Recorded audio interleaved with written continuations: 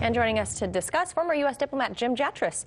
All right, Jim, we know the U.S. has backed Juan Guaido as the new leader of Venezuela. Now the U.S. has granted Guaido control of certain assets held by the Federal Reserve Bank of New York and other U.S. insured banks. Now this all comes from the State Department.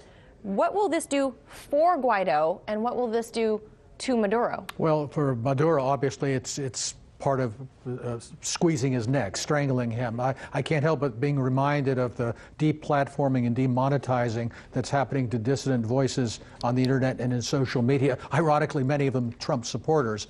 So I think that's what they're trying to do to Maduro. Obviously, with Guaido, they're trying to give him resources to work with to foment a rebellion in Venezuela that at some point the United States will seek to tip over into a regime change.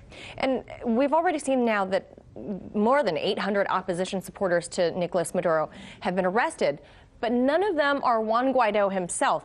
Read between the lines for us here. What does this say about where Maduro stands, where he's at in terms of his position in Venezuela, and why hasn't he arrested Guaido?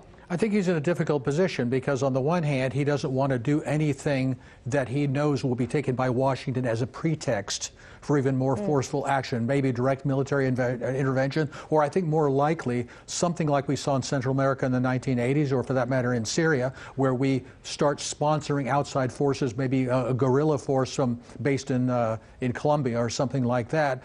He doesn't want this to turn into an overt civil war situation that the United States will then say, well, we have no choice now but to protect the people of Venezuela. So he doesn't want to be left holding the bag, obviously. And today, the Russian Foreign Ministry of Finance issued a statement that they still expect Caracas to make a timely payment to their debt to Moscow in the tune of like $100 million US.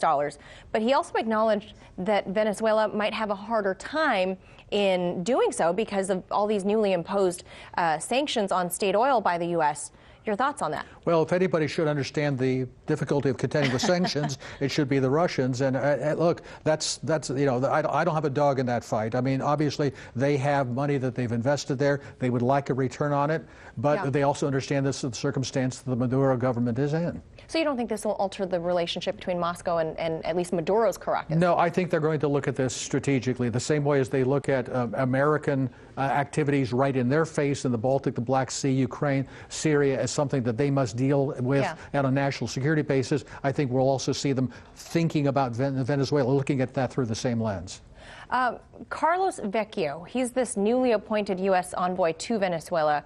What can you tell us about him and what this means in diplomatic terms to appoint somebody? Well, this is unprecedented as far as I could tell. I mean, the idea that you not only recognize an alternative government in another country, establish relations, and leave your diplomats who have been expelled by the recognized government and saying, no, they now are accredited to this new government we recognize, and then to create a new embassy, in effect, here with a new representation. I can't think of another parallel where that's been done. This is as close to a declaration of war against another country as I can think of. As far as Vecchio himself, he was a founder of a party called Popular Will, Voluntad Popular, some years back. As far as I can tell, he's been a permanent activist. I think he's just basically an off-the-shelf cutout to be put here to be the formal point of contact.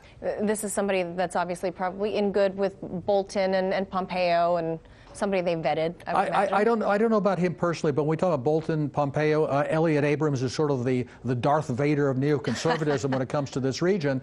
There's reason to think that they have been cultivating this movement in Venezuela for a very long time, including, as Mr. Bolton pointed out, getting our mitts on their energy resources. Yes. And now, speaking of Mr. Bolton, yesterday he had a huge gaffe, or maybe it wasn't a gaffe. Maybe he showed his notepad to the press on purpose, but he had scribbled on it 5,000 troops to Colombia.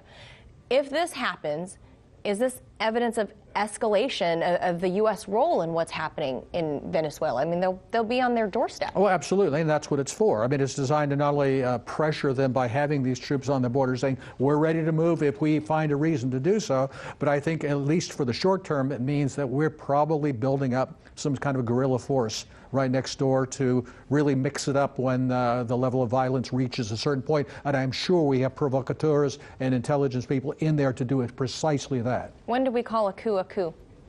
I think I think it's already been a coup for some time. The question is, you call a coup when it succeeds or not. Then you can work the PR system and spin it how we need to. That's right. All right. We'll leave it right there. Thank you, as always, Jim Jatras. Thank you. Hey YouTube, thanks for checking out our channel. We hope you enjoyed the video. We have tons of content for you just like this. For more of RT America's one-of-a-kind news and analysis, be sure to subscribe and never stop questioning more.